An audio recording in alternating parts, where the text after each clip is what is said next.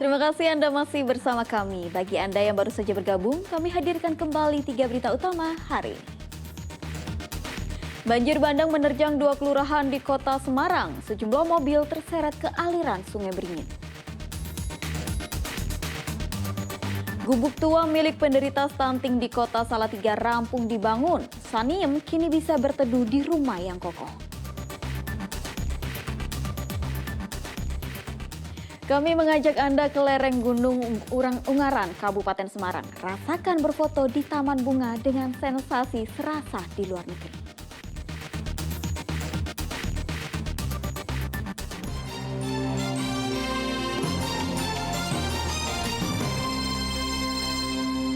Pasca seorang guru menampar siswa di Sekolah Menengah Pertama Negeri 1 Sawit, Kabupaten Boyolali, pihak sekolah menggelar deklarasi sekolah ramah anak. Sang guru pun sudah mulai mengajar, sementara untuk sanksi masih dalam proses. Usai adanya kasus penamparan siswa oleh guru di SMP Negeri 1 Sawit, Kabupaten Boyolali pada 1 November lalu. Pada Senin kemarin, ratusan siswa SMP Negeri 1 beramai-ramai membubuhkan tanda tangan dalam deklarasi sekolah ramah anak. Penandatanganan juga diikuti para guru, perwakilan TNI Polri, komite sekolah, dan jajaran Forkopimjam Sawit. Kepala SMP Negeri 1 Sawit menilai dengan deklarasi sekolah ramah anak pihaknya menjamin peristiwa serupa tak terulang. Langsung mengajar, tidak ada apa-apa, sudah kita mediasi, anaknya juga sudah masuk, sehingga ya kita kembali tenang saja lah itu mengajar, sehingga kekeluargaan antara anak dan ibu itu terlihat sekali bahwa di sekolah sebagai orang tua kedua, sehingga anak tidak perlu khawatir, dan pembelajaran di SMP 1 Sawit kami berjanji untuk mewujudkan yang nyaman, senyaman-nyamannya. Sementara guru yang menampar siswa sudah diizinkan mengajar. Terkait sanksi kepada guru masih diproses. Kepala Dinas Pendidikan Kabupaten Boyolali mengatakan tak ada trauma siswa dari peristiwa itu. Anak-anak nggak trauma. Anak-anak nggak trauma. Terus kita pantau, sehingga supaya semua anak-anak nyaman. Ini laporan di meja Bupati. Saya menunggu dari perintah dari Bupati. Saya belum dapat perintah dari Bupati. Semua adalah terkait kepegawaian adalah kewenangan dari pejabat pembina. Diketahui kasus penamparan siswa oleh guru terjadi karena siswa membersihkan tumpahan minum dengan sapu namun mengenai siswa lain. Kasus kekerasan itu telah diselesaikan secara kekeluargaan, kini menanti sanksi dari Pemkab Boyolali. Yulianto melaporkan dari Kabupaten Boyolali. Puluhan siswa di Blora, Jawa Tengah belajar membuat kerajinan anyaman bambu. Harapannya para siswa bisa membuka usaha setelah lulus nanti. Para siswa SMK Al-Alif Tunjungan Kabupaten Blora tengah serius berlatih menganyam bambu. Satu persatu bambu yang telah dihaluskan disusun membentuk anyaman untuk dijadikan sebuah kerajinan. Para siswa pun antusias dalam membuat anyaman dari bambu.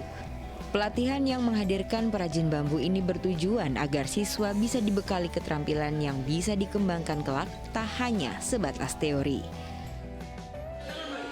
Senang sekali bisa menambah wawasan dan bisa insya Allah membuat usaha sendiri di luar sana. Kegiatan ini diharapkan peserta didik memiliki bekal kewirausahaan yang nantinya diimplementasikan di tengah-tengah masyarakat, karena di masyarakat hari ini sangat sekali dibutuhkan pelajar-pelajar terampil, mulai dari terampil baik hard skill maupun soft skill. Lewat pelatihan ini, siswa yang lulus sekolah bisa mengembangkan kemampuannya dengan membuka usaha. Arif Nur melaporkan dari Kabupaten Blora. Untuk mengenalkan dan melestarikan makanan tradisional, warga Desa Kalikotos Kabupaten Klaten menggelar Festival Jenang. Acara semakin meriah saat warga berebut 1.000 porsi jenang berbagai jenis yang dibagi secara gratis.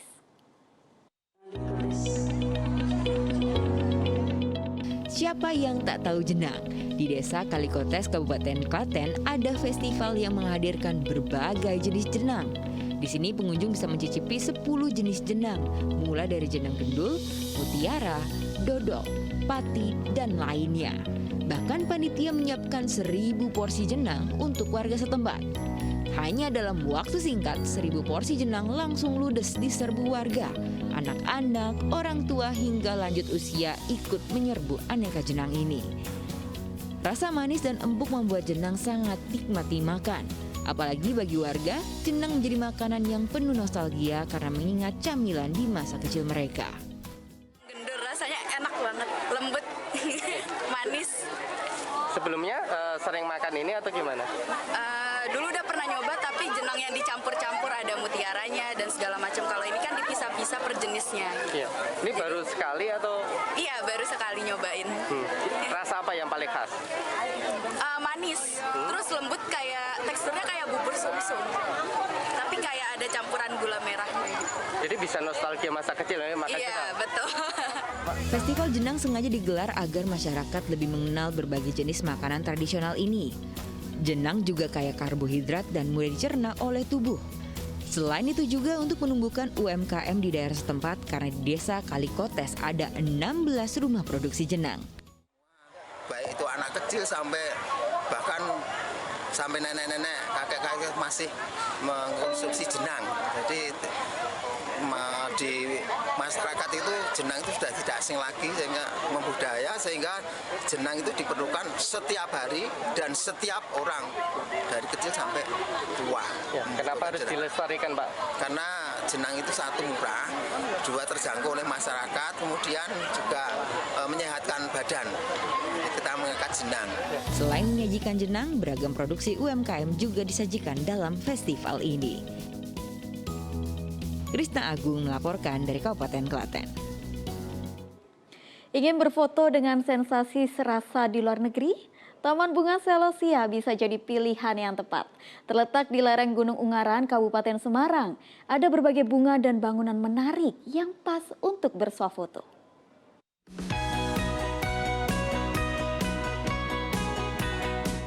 Bagi Anda yang suka berfoto dengan pemandangan menarik, Taman Bunga Selosia bisa jadi pilihannya.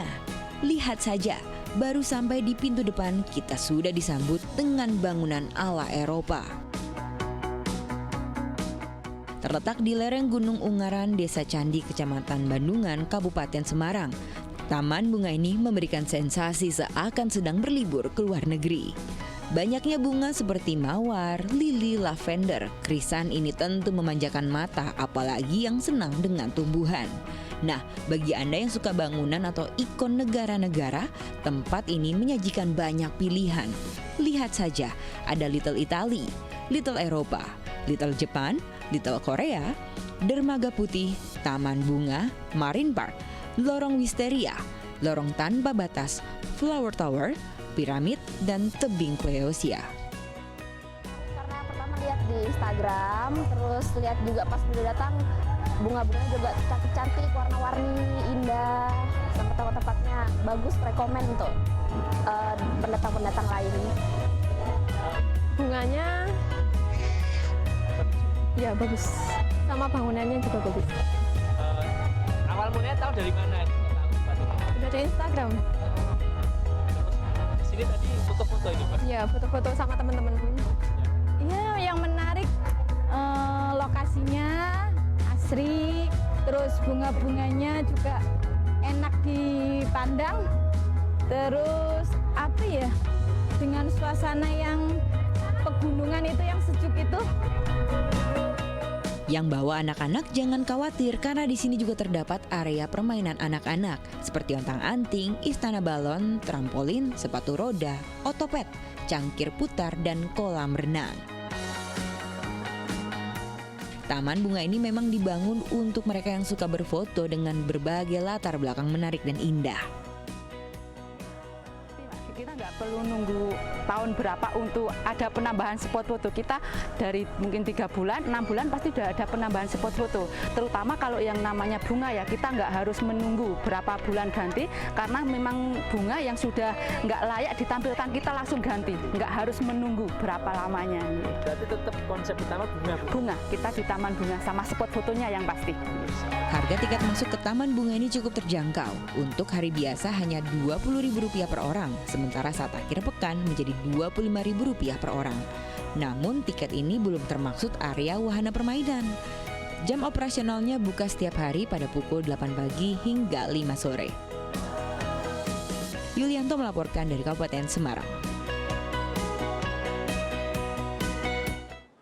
Informasi tadi mengakhiri jumpa kita hari ini. Atas nama rekan yang bertugas, saya Tabita Putri mengucapkan terima kasih atas kebersamaan Anda. Selamat beraktivitas dan sampai jumpa.